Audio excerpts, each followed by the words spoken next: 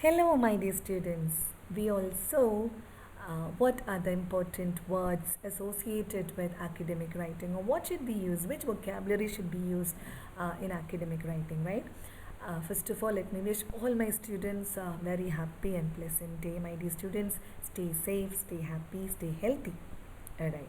In this chapter, we are going to see what are the importance of punctuation marks in academic writing and what are different styles of academic writing. Like APA style is there, MLA style is there. So we are going to see punctuation marks plus all these important terms related to academic writing, all different styles of academic writing. Alright. So we'll see what is the importance of punctuation marks, or why should we learn about punctuation marks. That is the thing that we're going to see today or now. You know why? If we don't know to use punctuation marks correctly, it might lead to miscommunication. Because wrong use of punctuation is one of the main reasons for miscommunication in written works. And you all know the meaning of a sentence depends largely on where the punctuation is placed. എവിടെയാണ് punctuation place ചെയ്തിരിക്കുന്നതനുസരിച്ചാണ് meaning of a sentence depend ചെയ്യുന്നത്. Alright.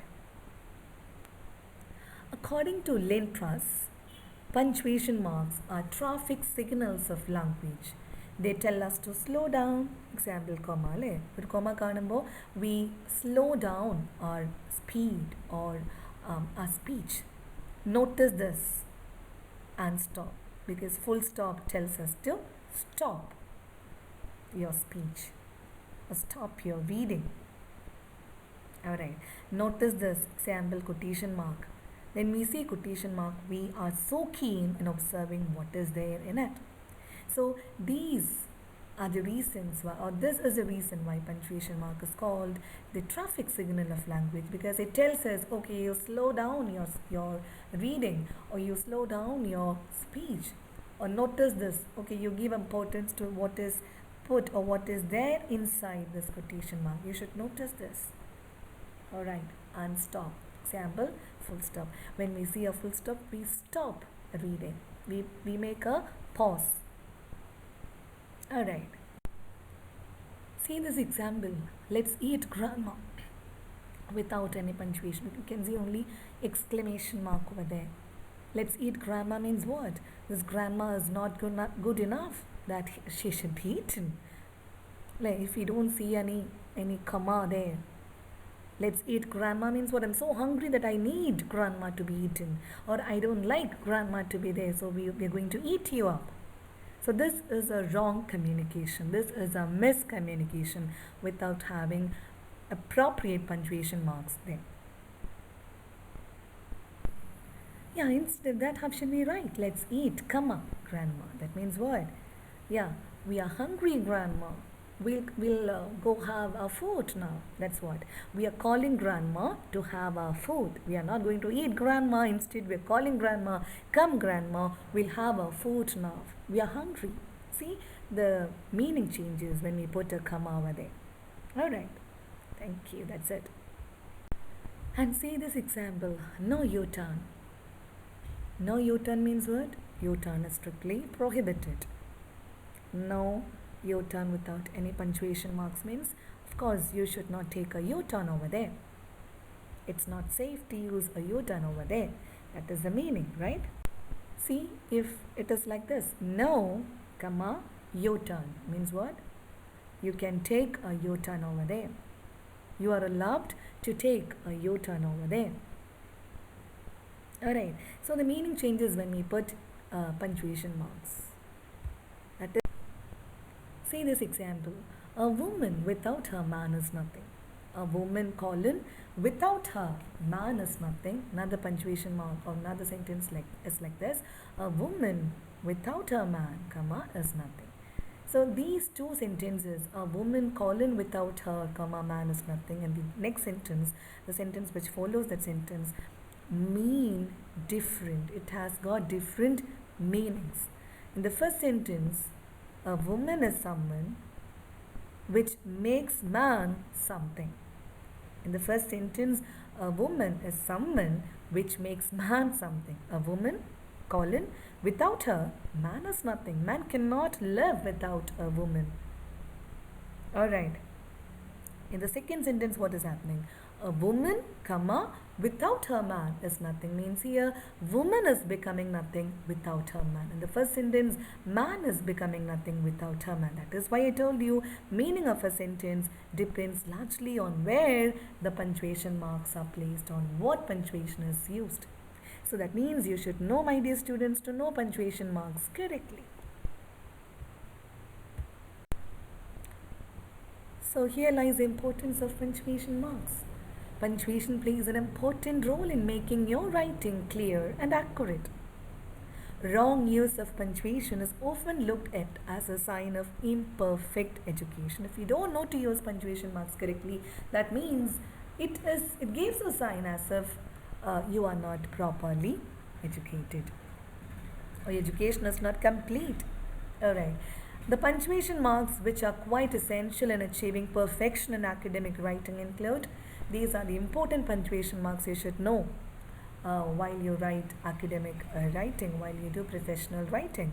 Comma, colon, semicolon, period. Period means what? A full stop. Brackets, dash, hyphen, parenthesis, again brackets. Okay, different kinds of brackets. Square bracket is there, different kinds of brackets are there, right? That is parenthesis and quotation mark. Single quotation marks, double quotation marks, all these are there. Alright, so these are the important punctuation marks that all my students should know while you write academic writing, while you do professional writing. Alright. My dear students, of all the punctuation marks, the comma is the most used and misused. Okay, ഏറ്റവും കൂടുതൽ use ചെയ്യുന്നതും നമുക്ക് അറിയുന്നതും അതുപോലെ misuse ചെയ്യുന്നതും ആയിട്ടുള്ള punctuation മാർക്കാണ് comma. So will see this very important punctuation mark today. Comma. We'll see what are the rules for using comma with examples. Alright, നിങ്ങൾക്ക് എല്ലാവർക്കും അറിയുന്ന കുറേ കാര്യങ്ങളാണ്. The first usage is after the introductory word or phrase we use comma. What is the meaning of introductory word or phrase? The word or the phrase which we use in the beginning of the, or at the beginning of the sentence. ഒരു സെൻറ്റൻസിൻ്റെ ബിഗിനിങ്ങിൽ നമ്മൾ use ചെയ്യുന്ന word or ഫ്രേസിനെ പറയുന്നതാണ് introductory word. For example, firstly comma, secondly, comma, lastly, comma, however, comma, moreover, comma, or to begin with, comma, let me introduce the outline of my class. Firstly, comma, let me tell you this. Understand? However, comma, the sentence that follows. Keta. Appo after this, the introductory word or phrase, we should use comma. To begin with, comma, let me introduce my class. Let me introduce the outline of my class. To begin with, comma, let me introduce the purpose of my trip. Moreover, comma, the communicative approach has shortcomings as well. So these are the, I've taught you discourse markers in the last chapter, right? So after discourse markers, we use comma. Discourse markers in exam la miss varnata. To begin with, firstly, moreover, however, secondly, lastly, okay. So after these words which come at the beginning of the sentence, which indicates the beginning of a sentence, we use comma. Next is to list nouns in a sentence. എല്ലാവർക്കും അറിയുന്നതാണ് അല്ലേ? എന്താണ്, animals like lion, comma, tiger, comma, leopard are considered difficult to be tamed. Lion, tiger, leopard are nouns and these words are separated using comma. Subjects like English, comma, Malayalam, comma, science, comma, history, whatever, are difficult to be studied. So after these words like Hindi, English, Malayalam, history and all, we put comma. Next is to list coordinating adjectives and to separate items in any other series. This is really easy. What is meant by coordinating adjectives? That is a chain of adjectives that are which is used to describe a noun. For example, here, the room in which he lives is well maintained, spacious and well lit one. See, well maintained, spacious and well lit one are the adjectives which are defining room. അല്ലേ? ആ റൂമിനെ കുറിച്ചുള്ള എക്സ്പ്ലനേഷനാണ്, ആ റൂമിനെ കുറിച്ചുള്ള ഡെഫിനേഷനാണ് എന്ത്? Well maintained room, spacious room, well lit room, അല്ലേ? So the words which are used to describe a particular noun, they should be separated using a comma. That is called coordinating adjectives, means chain of a number of adjectives used to describe a noun. For example, the students whom I teach are good, smart, beautiful, and intelligent. So these are the adjectives which I use to describe my students. Okay?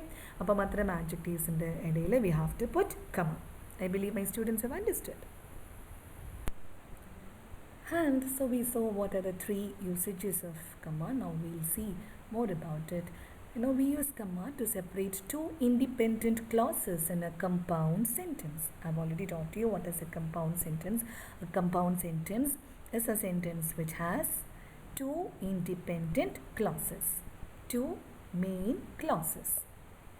Alright, so to separate these two main clauses or independent clauses, we use comma. For example, the doctor says his fever is gone, but he is still feeling tired.